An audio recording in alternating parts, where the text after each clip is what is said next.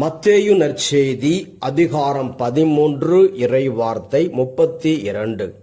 ஒருவர் கடுகு விதையை எடுத்து தம் வயலில் விதைத்தார். அவ்விதை எல்லா விதைகளையும் விட சிறியது, ஆனாலும் அது வளரும் போது மற்ற எல்லா செடிகளையும் விட பெரியதாகும். வானத்து பறவைகள் அதன் கிளைகளில் வந்து தங்கும் அளவுக்கு பெரிய மரமாகும். விண்ணரசு இக்கடுகு விதைக்கு ஒப்பாகும்.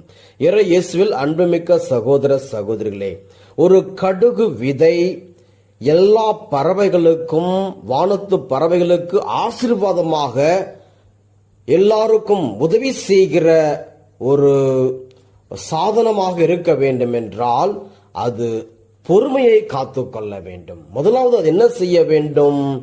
மண்ணுக்குள்ளே தன்னையே தான் மறைத்து கொள்ள வேண்டும். அடுத்ததாக அது தன் உடலை நொறுக்கப்படுவதற்கு ஒப்பு கொடுக்கணும். அதன் பிறகு அது சிறிய செடியாக வரும், அதன் பிறகு பெரிய மரமாக வரும். அதுவரையிலும் அது தன்னையே தான் மண்ணுக்குள்ளே மறைத்து கொள்ள வேண்டும்.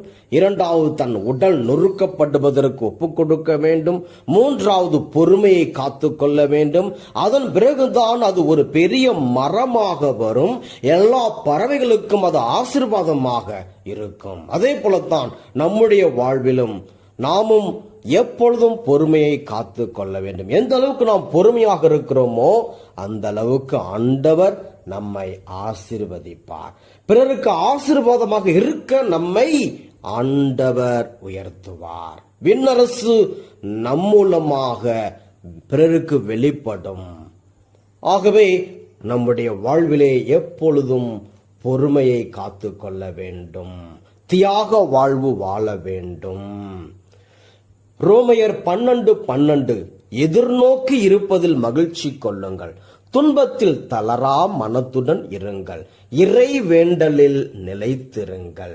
எபேசியர் 4:32 ஒருவருக்கொருவர் நன்மை செய்து பரிவு காட்டுங்கள், கடவுள் உங்களை கிறிஸ்து வழியாக மன்னித்தது போல நீங்களும் ஒருவரை ஒருவர் மன்னியுங்கள்.